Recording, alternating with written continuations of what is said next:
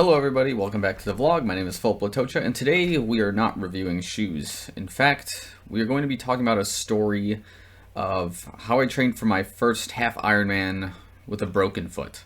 So before we get into it, please make sure you like the video, subscribe to the YouTube channel. Lots of cool stuff coming up. Without further ado, let's talk. So, my first Ironman, 70.3 Wisconsin. Completed this race last year in 2019. But it wasn't smooth sailing all the way to the race. This is a video I was thinking about uploading during the genesis of this particular YouTube channel.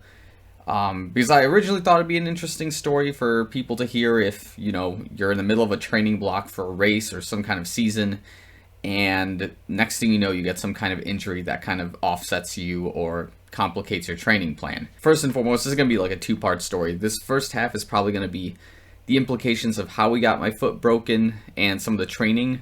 And then the second half will be discussing the second half of that training program and race day itself. So this will be a two-part video, I'm pretty sure.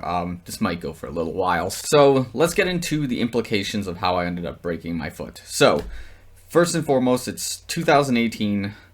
I have just completed the Chicago Marathon in a whopping 3:26 at the time, which for me was like the greatest achievement ever. So we're riding this wave, basically, of excellent running times, just high momentum everywhere we're going. And basically, what happens now is we go into the off-season of races, which is essentially like the hot chocolate run, turkey trots.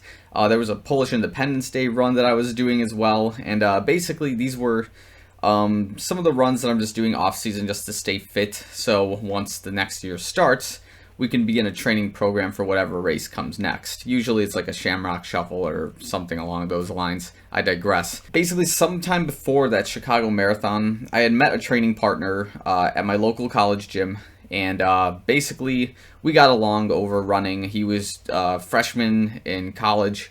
I had just graduated, finishing up my master's, so I was kind of like the veteran in the area, I suppose. And yeah, we're like talking, we're training occasionally, we're going for some runs and whatnot. And yeah, he joined me for some of those races like the hot chocolate. I don't think he was there for the turkey trot, but yeah, anyways, like we were training, we were doing some races together. Well, at some point, I brought up this idea that I wanted to do a half Ironman, and basically he brought it up too that he was also interested. And at about this time, it's like Thanksgiving time at DePaul, at the college I was attending, and what happens is their quarter system has it set up where after Thanksgiving, you don't come back at all in December, and in January, you start early for your next quarter, per se. So we had decided around Thanksgiving time, hey, let's keep up our baselines during winter break. Let's continue training. Let's try to like get you a bike. Let's try to get you like a wetsuit. Let's prep you for this race, because I already have a wetsuit, I already have a bike, because I've done some triathlons in the past, and I just want to step my game up on these races. So we had agreed to set up a really good baseline, and then the moment January 2019 would start, we'd be ready to go for more intense training, more longer sessions per se, and all would be well if we could follow our word on that. So what ended up happening was I would do my turkey trots in blazing times, I would do some other races in blazing times, and I would be just continuing my training all throughout the 2019 winter season, running anywhere from, if I recall, like 50 to 60 miles a week, which at the time seemed like a lot for being in an off season. And at one point, I had a run that was like a couple of days before Christmas. It was just some random middle of the day week night run. Everything was smooth sailing. I was running in a pair of Zoom flies, not 4%, but like the step down that was like more with like a synthetic plate. I have the shoe somewhere over there too. And basically, something went wrong in the middle of that run. About halfway through the run, like my foot was feeling like there was like a rock in the shoe, and I like couldn't move the rock, I couldn't break it out. And then at some point my foot just started feeling like really sore, like it was cramping up. And then this is the first time it's ever happened in any time that I've run. I started experiencing pain, and I've never run with any sort of pain in my life. Like, granted, I'll be sore a lot of times, but I've never run to the point where I had to completely stop, and I end up taking off my shoe and my sock to see what the hell was going on.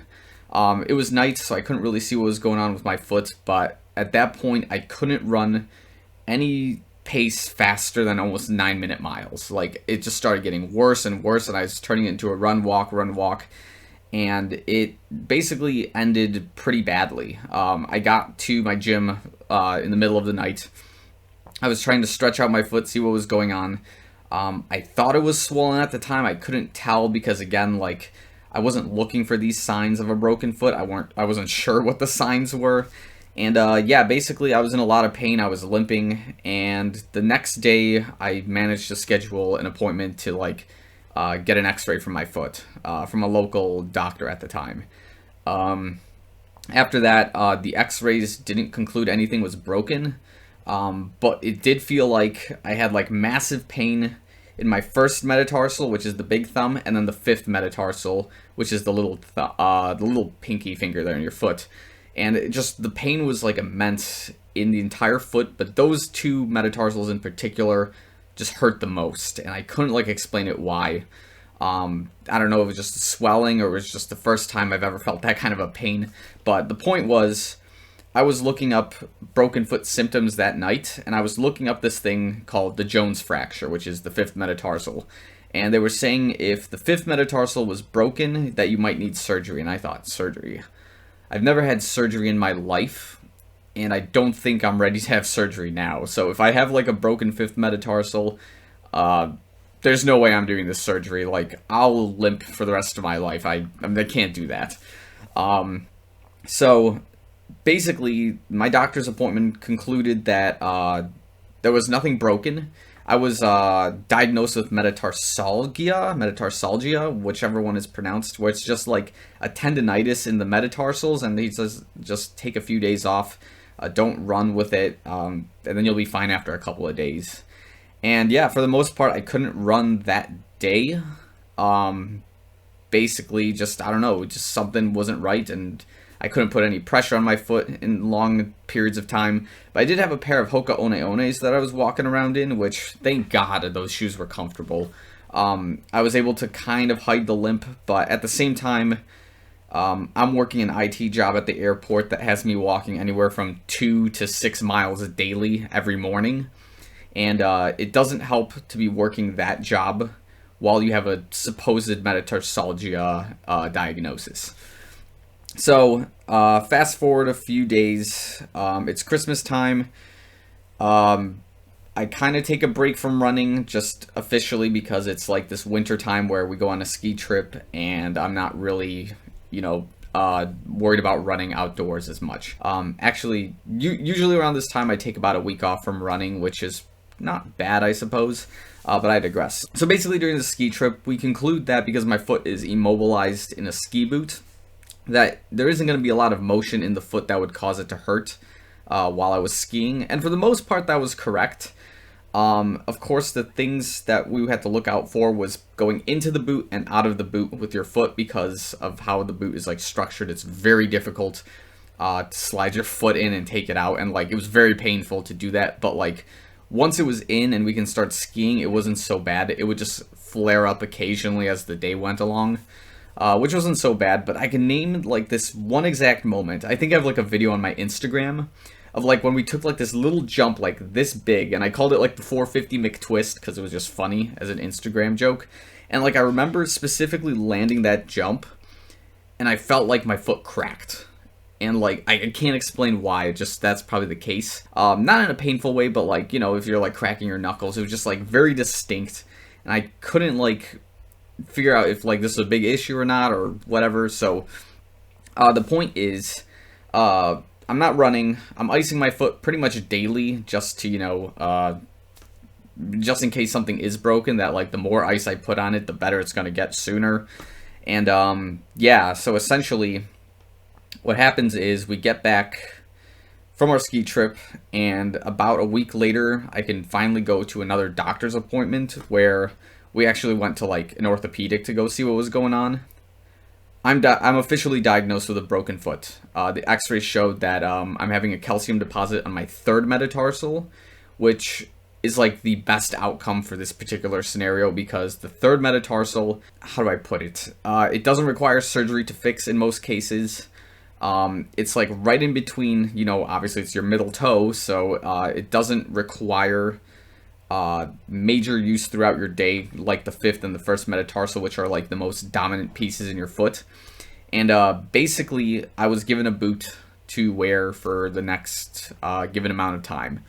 At the same time of my diagnosis for this broken foot, I reconvened with my training partner, who comes back and is in worse shape than I am. He tells me that even when I broke my foot around the same time, basically he was in a hospital for like an entire week.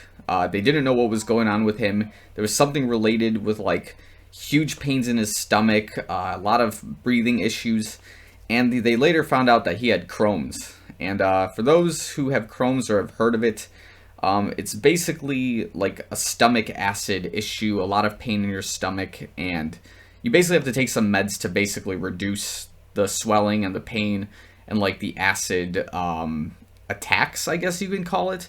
I'm not a pure expert on it, but I know it's got a lot of relation to like the stomach and the stomach acids.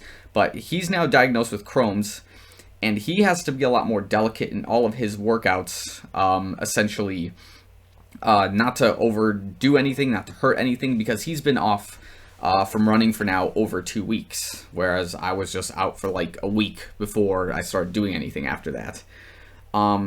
So our big grandiose plan of having this really great baseline and then just shredding the entire winter through spring season to Ironman 70.3 Wisconsin basically failed. What we ended up doing was we did a lot of rehab work. So at the time, I was working out the gym twice a day.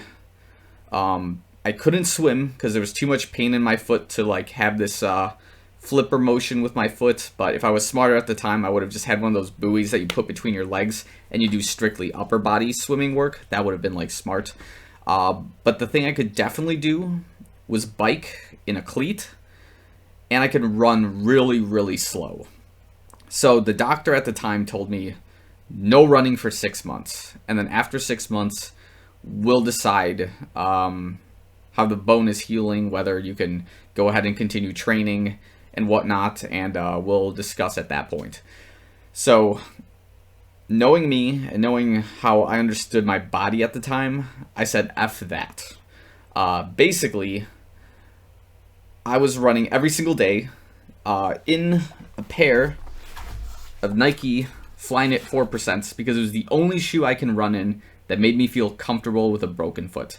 And again, what I'm saying here, like, do not take any medical advice from me whatsoever. Please, like, I'm an idiot. Like, I trained through this thing with a broken foot because I wanted to, and, like, I'm not advocating anyone to do so or give you any hope that you can, because everyone's injury is, like, different, and everyone's got, like, a different mindset when they do this sport. But what I'm saying here is I had a few shoes that were, like, as options that I could run in, but a carbon plate shoe was the only thing that could keep my foot stable and give me a decent pace while I was running. So, essentially, I had this shoe for my entire winter season, and I had bought this pair exclusively for racing as soon as, my foot was good and the race season had begun. And, basically, I was running basically every single day, grinding through anything from a 10-minute mile to a 9-minute mile in running, mostly because I could push to like 8:30s, maybe 8-minute miles with the foot at the time. I didn't want to, but because my training partner was also with me, he couldn't push it too hard either because he was worried about his Crohn's acting up. So we decided to keep it easy, just work through it real slow, and just play it by ear for a couple of weeks, maybe a few months. We weren't really sure. So this is where like some of the training kind of kicks in, where, of course, even though my foot's broken, we're still putting in an everyday run. It's not like the quality run I'm looking for. It's not a tempo run, not a threshold run, not a distance workout. It can be anywhere from like 2 to 4, maybe sometimes 5 miles a day, and I was still clocking in about 30 to 40 miles a week with a broken foot. And even though we were doing that, what I could definitely do was bike with a cleat, right? So we had some stationary bikes at my gym where I made it a conscious effort to basically bike twice a day for a total of an hour of riding a day. So that could be anywhere from like 20 to 25 miles a day of biking. And yeah, even using that stationary bikes that they have there was like better than nothing, and I wasn't experiencing any sort of pain in my foot. And the ultimate plan in my mind was if I got blood flow to my foot by any means necessary, so in this case if I'm biking, if I got blood flow to my foot, it's going to heal quicker than if I'm just sitting around and doing nothing. And I think most people will argue that that is correct, and that's probably why icing helps your foot. That's why using resistance bands also helps with your foot. So we were doing a lot of that work. I was doing a lot of weight training. Not a whole lot of squats, because that pressure of having weight on your back and then, you know, squatting down and having that pressure on your foot was not great. It wasn't painful. It's just I can feel the dullness of the foot as I was squatting. So we kept away from a lot of push leg workouts, but we did more pull stuff. So like Nordic hamstring curls were good, like single-legged toe touches, basically anything that didn't involve putting too much pressure on my foot. So that's basically how the winter season was rolling, in defiance of my doctor's orders to stop doing everything for 6 months. So I think we'll leave this part of the story here in terms of like the implications of how the foot got broken, how the training plan was going, and basically what I was doing at the time. We'll leave it here for now, and then in part 2 of this video, I think we'll discuss the aftermath of this particular training, how my foot ended up, and whatnot. So like I don't want to spoil it, so we'll just like leave it at this point here. So again, thanks for watching the video. If you enjoyed the story so far, like the video, subscribe to the channel. Definitely in the comments below if you've got a story of training with broken bones, broken limbs, torn muscles, anything like that, in defiance of your doctor's orders to stand put. Definitely tell me in the comments below how that went for you guys. Did you guys enjoy your training with broken limbs? Did you guys completely stop? Like, what was your course of action? Were you as dumb as me and you decided to continue training and deal with the consequences later? I don't know, man. Definitely let me know in the comments below, and yeah, that's where we'll leave this for now. I'll upload part 2 to this video probably a week after this release, and then we'll just continue from there. So thanks again for watching this section of the video. I hope to see you guys real soon.